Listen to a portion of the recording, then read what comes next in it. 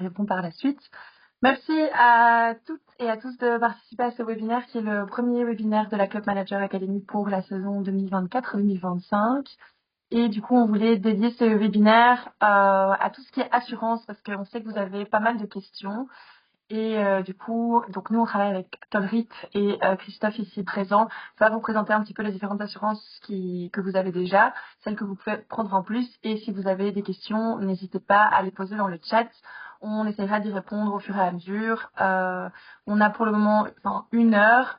On va essayer de goupiller ça en 1 heure, mais en tout cas, c'est vraiment le moment pour poser toutes vos questions. Christophe, je te laisse la main.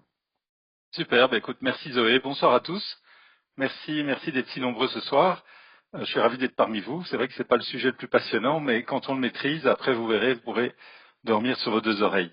Donc ce soir, on va en effet aborder les assurances, d'une part celles qui font partie de la fédération, et puis des assurances plus spécifiques pour les clubs. C'est un sujet assez technique, donc je ne veux pas rentrer dans tous les détails, mais n'hésitez pas à m'interrompre ou à poser des questions. C'est l'occasion, on est là pour ça ce soir, ou à partager certaines situations, peut-être avec les autres, ça peut être intéressant. Donc, juste rapidement, un petit mot d'introduction. Comme vous le savez, c'est Belfus qui a repris le sponsoring de la Fédé il y a maintenant déjà 5 ans de ça. Et en même temps, ils ont repris donc les couvertures cadres des différentes ligues et de la RBH. Moi, je suis Christophe Pirlot, donc je travaille chez Tolrip.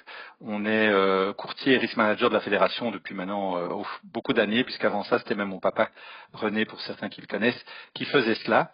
Et nous, on est là pour coordonner le programme et pour répondre à vos questions. Et l'assureur, évidemment, celui qui couvre le risque, c'est Belfus. Alors, aujourd'hui, on va aborder 3 points importants. Donc, la police cadre de la LFH qui vous couvre. Ensuite, je vais vous parler de certaines assurances complémentaires que les clubs peuvent souscrire pour compléter certains risques qui ne sont pas repris dans la police cadre. Et enfin, rapidement parler de la façon de gérer un sinistre. Alors, la police cadre. La police cadre, elle comporte 2 volets. Le premier volet, c'est tout ce qui concerne la responsabilité civile, donc, et la protection juridique, c'est-à-dire dans le cas où le club ou un joueur cause un dommage matériel ou corporel à un tiers. Là, on parle bien de tiers. Exemple, une balle qui tout d'un coup passe au-dessus d'un pare-ballon, arrive dans la fenêtre d'un voisin, c'est un tiers. Et bien dans ces cas-là, on fera jouer le volet RC. Et l'autre volet, qui est le volet plus classique, qui concerne les accidents corporels, ça ce sont tous les accidents qui ont lieu durant les matchs, puisqu'il faut savoir que les joueurs ne sont pas tiers entre eux. Alors, on va commencer par le volet accident corporel. Et là, donc c'est la couverture pour tous les joueurs affiliés. On parle bien de tous les affiliés. Alors, qui sont les assurés Comme j'expliquais, vous avez les membres affiliés, mais vous avez également les non-membres, mais uniquement dans le cadre d'activités de promotion ou d'initiation. Donc, si un jour vous faites une journée porte ouverte et que vous avez quelques joueurs qui viennent s'initier au hockey et qui ne sont pas membres, ils seront à ce moment-là couverts en accident corporel pendant l'initiation. Et puis on couvre également tous les spectateurs autour du terrain, au bord du terrain. Ceux-là aussi sont couverts en accident corporel suite à un fait de jeu. Donc s'il y a une balle qui est déviée et qui arrive dans l'arcade d'un spectateur, à ce moment-là, on peut également faire jouer cette assurance.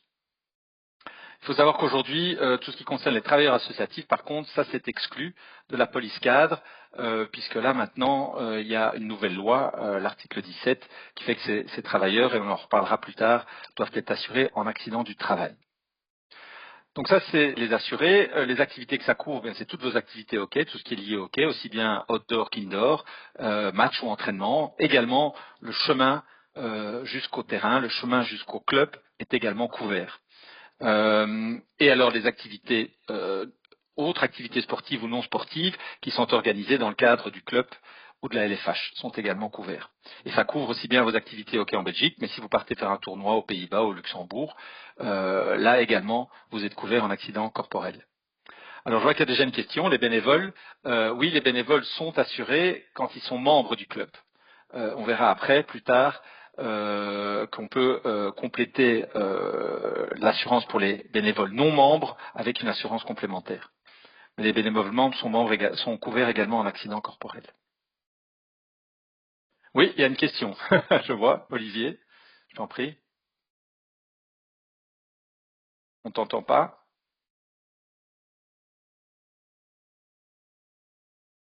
Olivier, tu voulais prendre la parole? Non? Bon, alors je continue.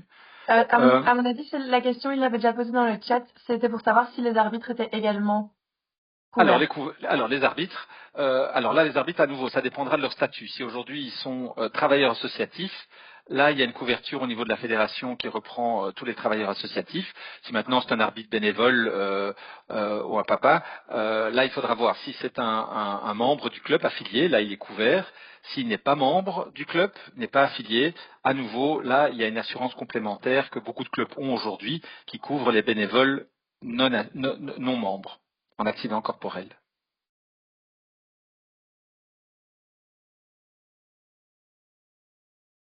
C'est clair? Je ne sais pas s'il y a d'autres questions par rapport à ça. Donc là, on est toujours sur les accidents. Donc les activités, comme je vous disais, ça couvre un périmètre quand même assez large. Et les garanties que ça offre, bon, ce sont bien sûr des incapacités, mais c'est surtout une couverture en frais médicaux. Alors en frais médicaux, comment ça fonctionne? Par exemple, eh bien, vous avez en frais médicaux la première barrière, la première, je dirais, intervention, ce sera toujours la mutuelle, puisqu'on parle ici de joueurs amateurs. Donc, il y aura de toute façon une intervention de la mutuelle. Ensuite, Belfius va intervenir pour, à concurrence de une fois l'INAMI, pour tout ce qui n'est pas prévu par la mutuelle. Et avec, à ce moment-là, un plafond à 1 250 €, mais une franchise également de 25 €. Donc, il y aura toujours une franchise de 25 €. Donc ça, c'est le calcul qui va être fait. Je vous montrerai après un exemple de la manière dont ce calcul se fait. On a également des frais médicaux pour les non-résidents, ça c'est un peu plus spécifique, mais il y a certains clubs qui sont proches de la frontière. Là, on a également une couverture un peu plus spécifique, puisque normalement un non-résident n'a pas une mutuelle en Belgique. Il faut savoir que dans les frais médicaux, on couvre aussi tout ce qui est crise cardiaque et des interventions de kiné. Il y a également des sous-limites spécifiques dans les accidents corporels. Alors tout ce qui est prothèse est couvert jusqu'à concurrence de 1 500 €. Les lunettes, c'est couvert jusqu'à 400 €. Ce n'était pas le cas il y a longtemps sous Arena ou sous AG, mais maintenant avec Belfius, on couvre les lunettes, mais jusqu'à 400 €. Les dents, alors ça c'est toujours un sujet un peu sensible évidemment. Il y a une couverture qui est en place, mais elle est limitée. Elle est limitée à 500 € par dent et à 2 500 € au total pour l'intervention. Par contre, elle n'est pas limitée dans le temps. Donc si un enfant un jour a un problème, un accident, et que dans 5 ans ou dans 6 ans, il faut une deuxième intervention, tant qu'on n'a pas épuisé le capital total de 500 € par dent ou de 2500, l'assureur va intervenir. Mais bon, il faut savoir aujourd'hui, et ça de façon générale, c'est vrai qu'avec l'explosion des frais et des coûts médicaux, voilà, ça reste une garantie limitée. Et donc, parfois, et c'est souvent ce qui se passe, c'est que les gens font jouer à ce moment-là en deuxième ligne leur assurance privée. Ça, on en rediscutera peut-être si vous avez des questions par rapport à ça. Il y a également du rapatriement qui est pris en charge. Tout ce qui est exclu dans cette couverture des frais médicaux, s'il y a une hospitalisation notamment, c'est tout ce qui est chambre individuelle ou supplément d'honoraires des médecins. À nouveau, là, c'est pas couvert.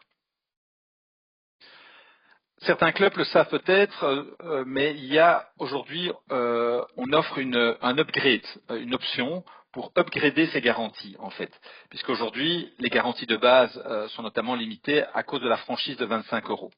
Alors aujourd'hui, cet upgrade permet au club, pour tous ses membres, donc vous êtes obligé de souscrire pour tous vos membres, donc si vous avez 500 membres, vous devez souscrire pour les 500 membres, si vous avez 1000 membres, même chose, si vous avez 200 membres, même chose, il faut souscrire pour tous les membres, ça coûte 2,19 € par membre, TTC, et ça vous permet à ce moment-là d'avoir une couverture améliorée en frais médicaux, avec l'avantage principal notamment, c'est qu'il n'y a pas de franchise. Et le deuxième avantage, c'est que plutôt que de rembourser une fois le barème INAMI, on rembourse une fois et demie le barème INAMI. Donc là, il y a un supplément qui peut intervenir. Et donc, je vais vous montrer le petit exemple. Prenons un joueur qui se blesse, qui a une fracture et qui doit à ce moment-là payer 80 €. L'INAMI, le barème INAMI est fixé à 40 €. Que se passe-t-il dans ces cas-là? Si on a la couverture de base, 40 €, c'est le barème INAMI. L'intervention de la mutuelle est de 20 €. Ben, le solde, le ticket modérateur est à ce moment-là de 20 euros. Mais comme il y a une franchise de 25 euros, Belfus ne va pas intervenir et donc c'est le joueur qui va payer la différence. Si on prend l'upgrade, à ce moment-là, eh bien, vous avez une intervention qui est de 1 fois et demi l'INAMI, donc au lieu d'avoir 40 euros, on a 60 euros de plafond, et vous avez toujours les 20 euros de la mutuelle, donc on tombe à 40 euros de solde, et là, comme il n'y a pas de franchise, ben, le joueur est à ce moment-là directement remboursé de 40 euros. Vous voyez qu'il y a quand même un intérêt à offrir ce genre de garantie.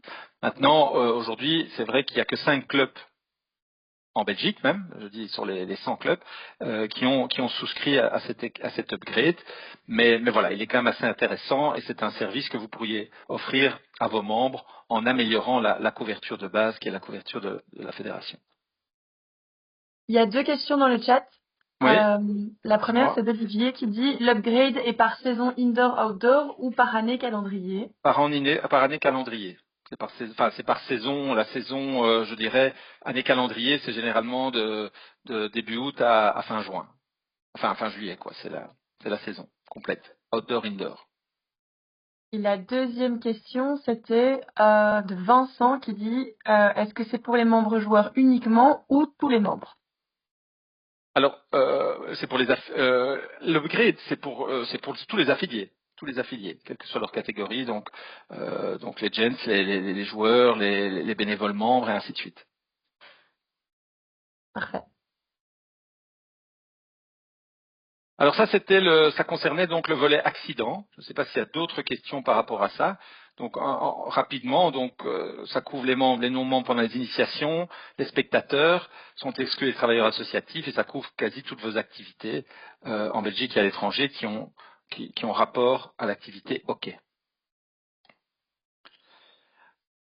Alors, on passe alors au deuxième volet. S'il n'y a plus de questions par rapport à ça, on pourra revenir plus tard si vous avez d'autres questions. Le deuxième volet, c'est tout ce qui concerne la responsabilité civile du club ou des joueurs, donc pour les dommages causés aux tiers, dommages corporels ou matériels causés aux tiers.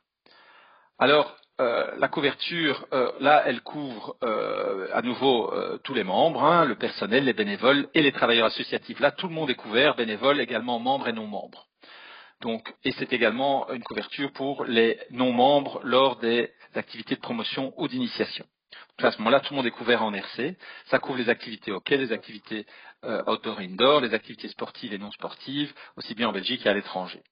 Et on parle vraiment de la responsabilité civile. Alors, les points d'attention. Donc je vous expliquais un exemple très simple, c'est en effet une balle qui est déviée, qui passe au-dessus d'un filet et qui se retrouve dans la vitre du voisin ou sur un promeneur si vous êtes à côté d'un parc ou d'une voie publique. Il y a un marcheur ou un promeneur ou une voiture qui passe sur la voie publique. Une balle est déviée et endommage le véhicule ou la personne.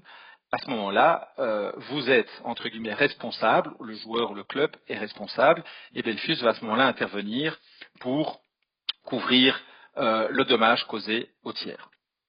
Les points d'attention, c'est qu'il y a certaines exclusions. Et là, c'est important de les rappeler parce qu'on oublie, c'est que tous les dommages matériels aux biens classiques ne sont pas couverts. Donc s'il y a quelqu'un qui dépose un ordinateur au bord du terrain ou son téléphone dans le dugout et qu'une balle touche ou endommage l'ordinateur ou le GSM, ben, il n'y a pas de couverture à ce moment-là. Il y a une notion d'acceptation du risque. Quand on est au bord d'un terrain de hockey, on ne laisse pas son ordinateur ou son téléphone posé à terre ou mal protégé. C'est la même chose pour les véhicules, parce que ça c'est aussi quelque chose qu'il faut rappeler. Tous les véhicules, donc les voitures qui sont garées sur les parkings privés des clubs ne sont pas assurés. Donc là aussi, il faut être assez prudent à ce moment-là pour dire que le club décline toute responsabilité à ce moment-là. Il faut soit mieux protéger le parking avec des filets, soit de prévenir les gens qu'ils ne sont à ce moment-là pas couverts dans les parkings privés. Par contre, si c'est des parkings publics ou la voie publique, là, ça reste couvert. Je l'avais dit également en introduction, les membres ne sont pas considérés comme tiers entre eux. Donc, a priori, voilà, si vous déviez une balle dans le visage d'un autre joueur, voilà, vous n'avez pas commis une faute entre guillemets vis-à-vis de l'autre joueur.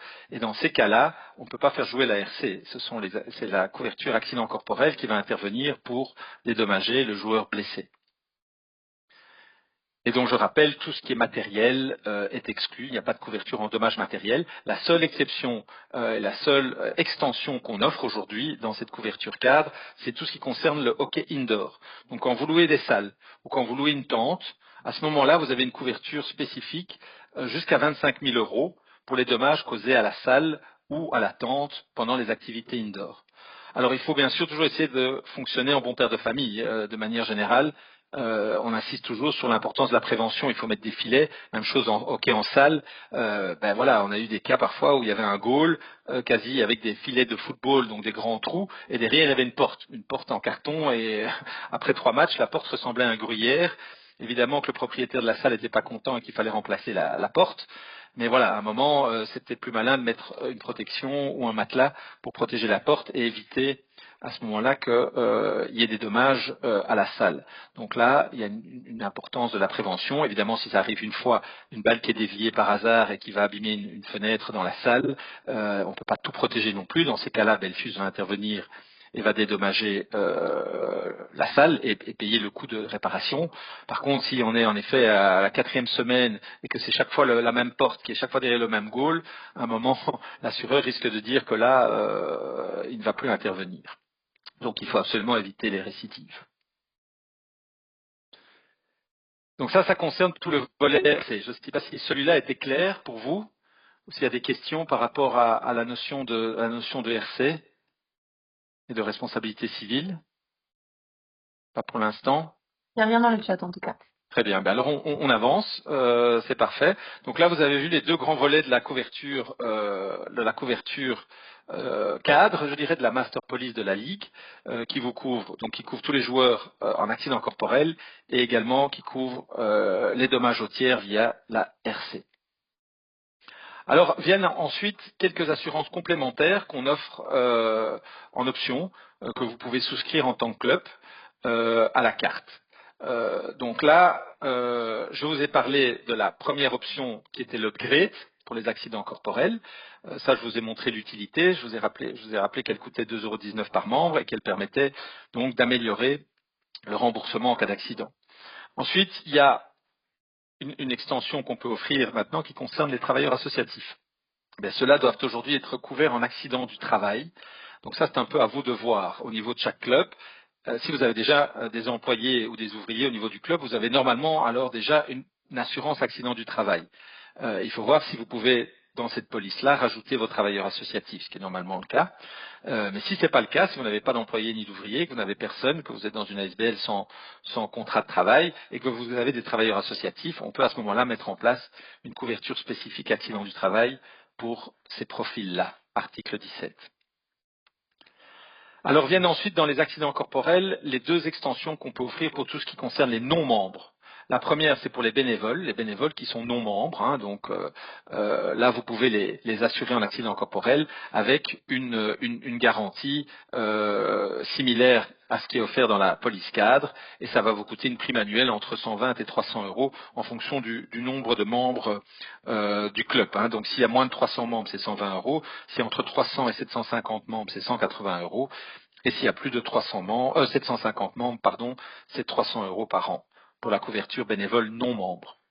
Et puis il y a une couverture que déjà beaucoup de clubs ont aujourd'hui, qui concerne l'accident corporel pour les stages et les événements, les tournois. Puisque maintenant, il y a beaucoup de clubs pendant la période des stages ou lorsqu'ils font des tournois parents-enfants ou des soirées barbecue, il y a un match parents-enfants ou il y a un tournoi ouvert éventuellement à des non-membres.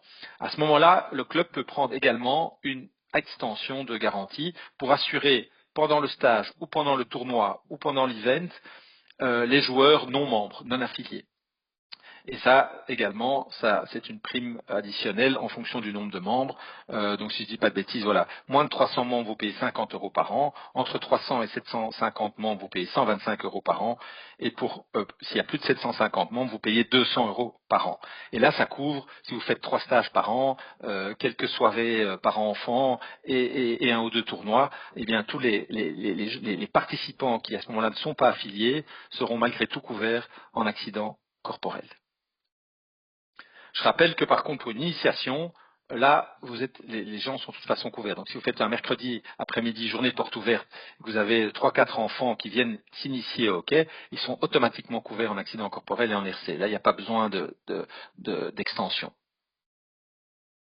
Je crois qu'il y avait une question. Non? Dans le chat? En tout cas, moi, je vois rien dans le Ah chat. non, pardon, j'avais vu passer quelque chose. Non, fausse alerte. C'est clair. Tant mieux. Donc, pas de questions pour ce volet-là. Ensuite, vous avez 2 assurances complémentaires en RC que le club peut souscrire. Alors, bien sûr, il y a la RC des administrateurs. Vous êtes tous souvent en ASBL. Il y a une loi des ASBL. Il y a une possibilité aujourd'hui de couvrir les administrateurs pour tout ce qui est faute ou erreur de gestion en cas justement de dommages à des tiers. Donc, la RC administrateur, c'est une couverture importante. Je crois qu'il y a beaucoup de clubs qui l'ont déjà.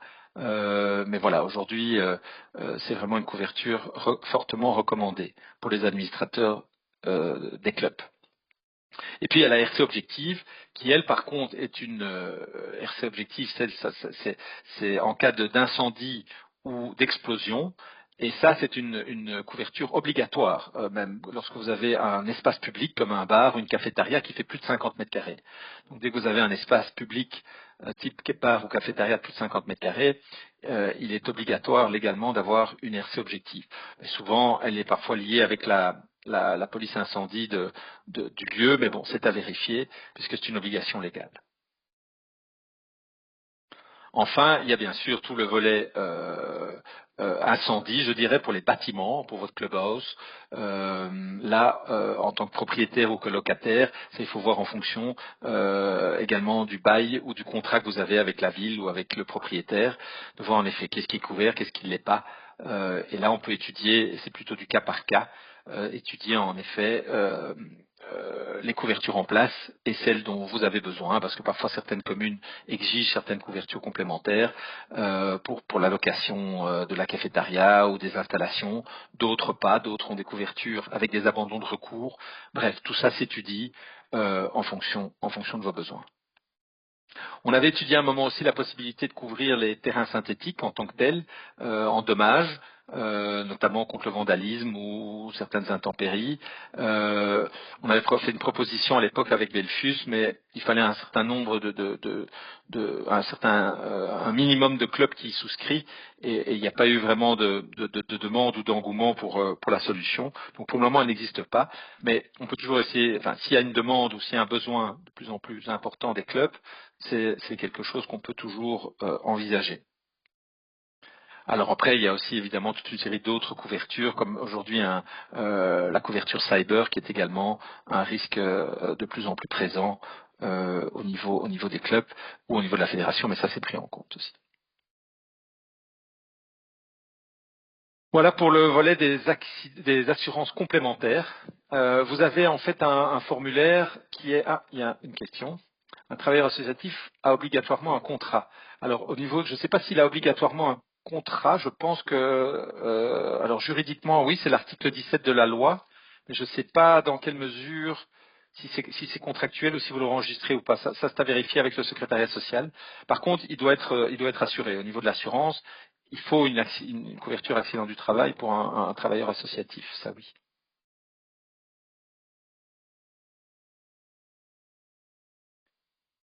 Pour ces assurances complémentaires, vous avez sur le site de la LFH, vous avez une section avec un formulaire. C'est un formulaire sur une page qui reprend ces différentes options et vous pouvez facilement souscrire à l'une ou l'autre en m'envoyant tout simplement un mail. C'est sur le document où vous indiquez simplement les coordonnées du club, le nombre d'affiliés et les couvertures que vous souhaitez et rapidement on peut à ce moment-là les mettre en place.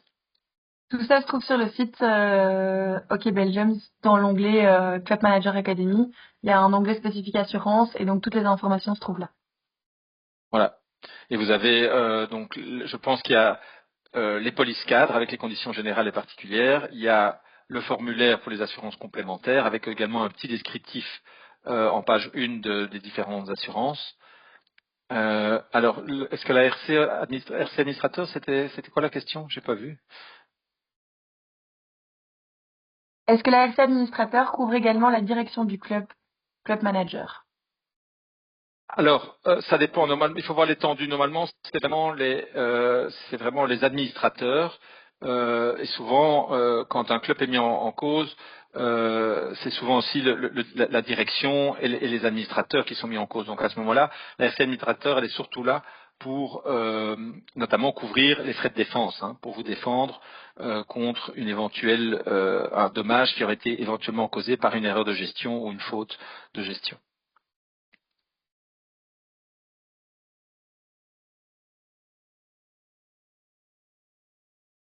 Alors, donc là, c'est un petit mot sur le travailleur associatif, pour bien le distinguer aujourd'hui du bénévole.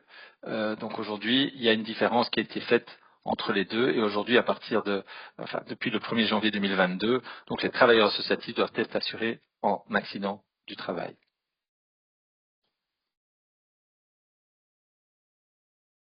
Donc là, on avait parlé simplement des informations à fournir si vous voulez une couverture accident du travail, mais ça, je propose de le faire au cas par cas en fonction des besoins. Alors voilà le formulaire dont je vous parlais, qui est un formulaire donc en une page où vous pouvez à ce moment-là valider, cocher les couvertures que vous souhaiteriez mettre en place.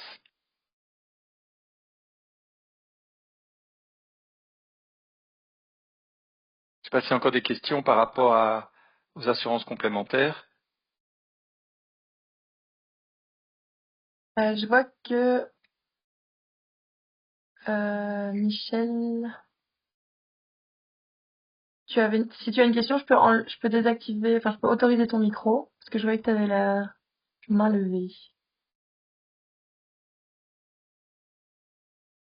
Moi, je suis pas continuer, sinon il posera la question dans le chat. Ok, on continuera. Voilà, on aura encore quelques minutes à la fin. N'hésitez pas à parler également de situations, de cas que vous avez rencontrés et qu'on peut éventuellement partager ensemble ou discuter ensemble. Donc pour la gestion des sinistres, alors ça c'est le dernier volet. Donc vous avez également sur le site de la LFH, vous avez deux documents qui sont les documents de déclaration des sinistres. Un pour les accidents corporels et l'autre pour les accidents, les dommages en RC. Donc c'est vraiment deux formulaires importants que la victime doit compléter en cas de sinistre et qui doit être envoyé chez Belfus. Alors, ce qui est important, c'est de bien compléter évidemment le formulaire. Ensuite, dans l'objet, quand vous envoyez à Belfus, donc cette adresse PCI Anhiften Constat @belfus.be, quand vous envoyez le document, c'est de bien mettre dans l'objet, de bien mettre la référence de la police, comme ça c'est traité, ça permet un traitement plus rapide du dossier. Donc c'est de mettre la référence de la police LFH qui est le 11 15 31 389. Et donc une fois que ce document est envoyé à Belfus, la personne renseignée recevra à ce moment-là un mail en retour avec éventuellement des questions pour s'il y a un besoin de complément d'information. On a eu quelques cas aussi, et ça c'est parfois utile de le savoir parce que vous pourrez le dire à vos membres, parce qu'il y a des membres qui envoient le document, ils reçoivent rien en retour, ils sont toujours un peu surpris. Donc ça prend quelques jours évidemment, mais normalement ça prend pas des semaines. Et parfois il est possible que la réponse de Belfus tombe dans les indésirables, parce que voilà, c'est des logiciels automatiques qui renvoient des réponses, et il y a certaines boîtes mail qui rangent ce genre de réponses directement dans les indésirables. Donc on a parfois eu des victimes qui en fait avaient reçu un retour de Belfus, mais le document était dans le courrier indésirable. Et si ça prend vraiment trop de temps, n'hésitez pas alors à revenir chez Zoé ou chez moi pour qu'on puisse faire un suivi ou voir ce qui se passe au niveau de la gestion des sinistres. Mais ces derniers temps, en tous les cas, les retours qu'on a eus, c'est plutôt favorable dans le sens qu'il n'y a pas de retard monstrueux dans le traitement des dossiers. Mais n'hésitez pas, si c'est le cas, à nous en faire part, parce que moi, je ne suis pas toujours informé des déclarations de sinistres, et ne faisant pas partie de Belfus, évidemment, je n'ai pas l'accès au département sinistre.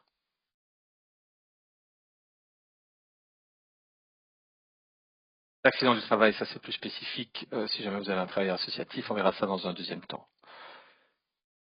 Donc voilà, donc on a passé le tout rapidement en revue et donc je propose maintenant éventuellement si vous avez des questions plus spécifiques d'y répondre ou de rappeler certains points si je n'ai pas été clair ou si vous souhaitez plus d'informations. Je crois qu'il y a une première question. Zoé? Non? J'ai vu. Si, si. Le terrain, donc une question de Rudy. Le terrain appartient à la ville. Oui. Le gardien, pendant un match en entraînement, dévie la balle qui termine sa course dans le pare-brise d'un véhicule garé dans la rue. Quid? Alors là, en effet, si c'est un véhicule garé dans la rue, il est sur la voie publique, et donc c'est un tiers. Et donc la balle qui a endommagé le véhicule, le dommage subi subi par la balle sera remboursé par Belfus, sera couvert, puisque le véhicule étant garé sur la voie publique. On est bien dans un cas de RC où le gardien a entre guillemets fait une faute, même si donc il est responsable de la balle qui à ce moment-là a endommagé la voiture d'un tiers sur la voie publique. Donc là, il faut, à ce moment-là, souvent la victime va venir auprès du secrétariat ou du club. À ce moment-là, le club doit remplir la déclaration de sinistre en RC, bien indiquer tout ce qui s'est passé, le nom de la victime, donc le propriétaire du véhicule, éventuellement déjà joindre un devis si c'est une réparation pare-brise ou carrosserie. Et à ce moment-là, Belfus fera l'indemnisation du dommage matériel. Par contre, et là à nouveau je réinsiste, hélas, si même situation, le gardien dévie la balle sur le parking du club, à soit privé, là Belfus n'intervient pas, puisque c'est une zone privée avec une notion d'acceptation du risque. Et donc là, c'est important soit de prévenir, de mettre une décharge ou de protéger comme il se peut le parking avec des filets.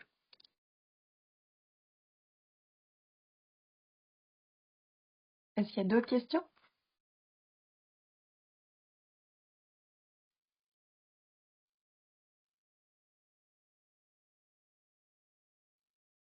J'ai vu une question. Ah oui. Quelle pourrait être la responsabilité d'un club lors d'un accident corporel, lors d'un match ou d'événements spécifiques, avec membres et ou non membres? Alors, donc normalement, un match, c'est un match. Lors d'un match, normalement, pendant les matchs, ce sont que des membres, hein, sauf si on est sur un tournoi ou quelque chose d'un peu plus festif. Là, à ce moment-là, les membres sont bien évidemment couverts pour toute activité liée au hockey, en accident corporel. Les non-membres, on l'a vu, ne sont pas couverts, sauf si c'est une initiation. Là, ils sont automatiquement couverts, sauf si le club a une assurance complémentaire avec l'extension accident corporel non-membre durant les stages ou les événements / tournois. À ce moment-là, les non-membres qui participent à un match ou à un tournoi sont à ce moment-là également couverts en accident corporel. Et là, on parle de l'accident corporel. La responsabilité, il faut faire attention ici, on ne parle pas de responsabilité puisque normalement, il n'y a pas de responsabilité. Ils ne sont pas tiers entre eux. Donc logiquement, on n'est pas dans un cadre de responsabilité. On pourrait être dans un cas de responsabilité si deux enfants jouent sur une plaine et qu'à un moment, l'un blesse l'autre, mais là, on serait plutôt dans un cas de responsabilité civile familiale, puisqu'on est plus, les enfants restent, et ça je crois que c'est un point important aussi, que vous devez mettre dans vos règlements d'intérieur et autres, les enfants restent en partie aussi sur la responsabilité de leurs parents. C'est pas parce que les parents les déposent un moment à midi au club et viennent les rechercher à 16 heures que le club doit être responsable de tout ce qui se passe. Donc là, c'est important de rappeler aux parents qu'ils restent responsables malgré tout de leurs enfants. Évidemment, pendant le match, les enfants jouent et sont sous la surveillance du coach ou d'autres. Mais si les enfants, en attendant leur match, jouent à gauche, à droite, et l'un peut blesser l'autre, il est possible qu'à ce moment-là, les assureurs disent que là, on est dans un cadre qui est plutôt lié à un problème de RC familial.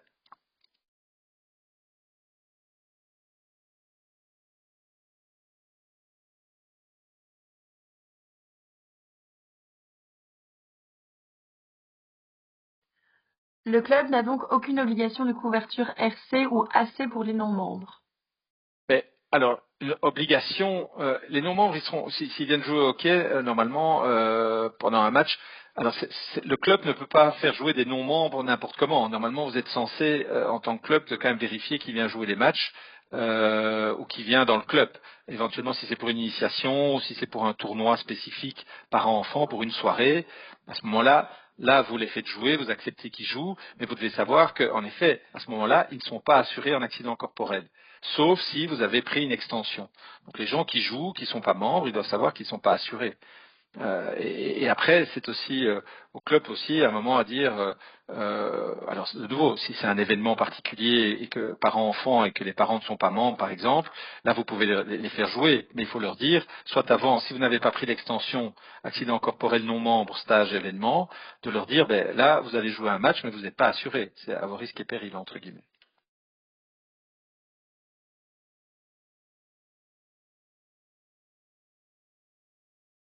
Olivier demande, enfin te remercie beaucoup pour la présentation et demande où on pourra downloader les slides. Je vous enverrai les slides ainsi que le webinaire parce qu'on enregistre toujours les webinaires et vous pouvez toujours les resuivre si vous avez besoin.